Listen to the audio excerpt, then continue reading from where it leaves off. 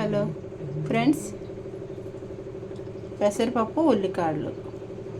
పెసరపప్పు చల్లదనం తింటే ఒంటికి, ఇంకా ఉల్లికాడలు ఆరోగ్యానికి చాలా మంచిది.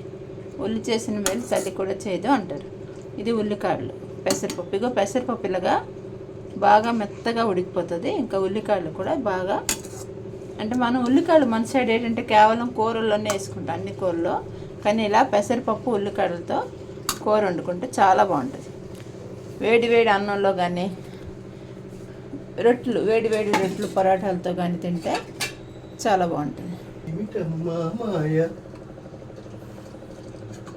వేడి రైస్లో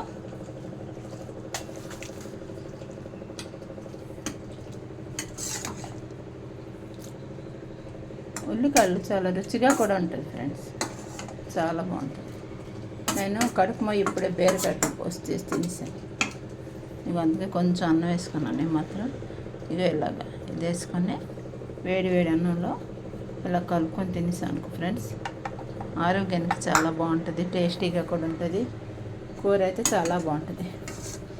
మనం నీరు మధ్య మధ్యలో నీరు వేసుకొని ఉడికేస్తే ఇలాగా పప్పు మొత్తం ఉడికిపోతుంది.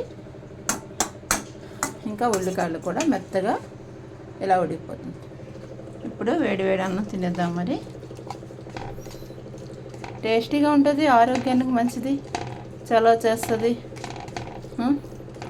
దీనికి ఇంకా చెప్పాలంటే దీంతో ఇంకేం అక్కర్లేదు. దొట్టి ఇలా ఒట్టి ఈ అన్నం ఇలా తినేవచ్చు మనం, ఇది కలుపుకొని.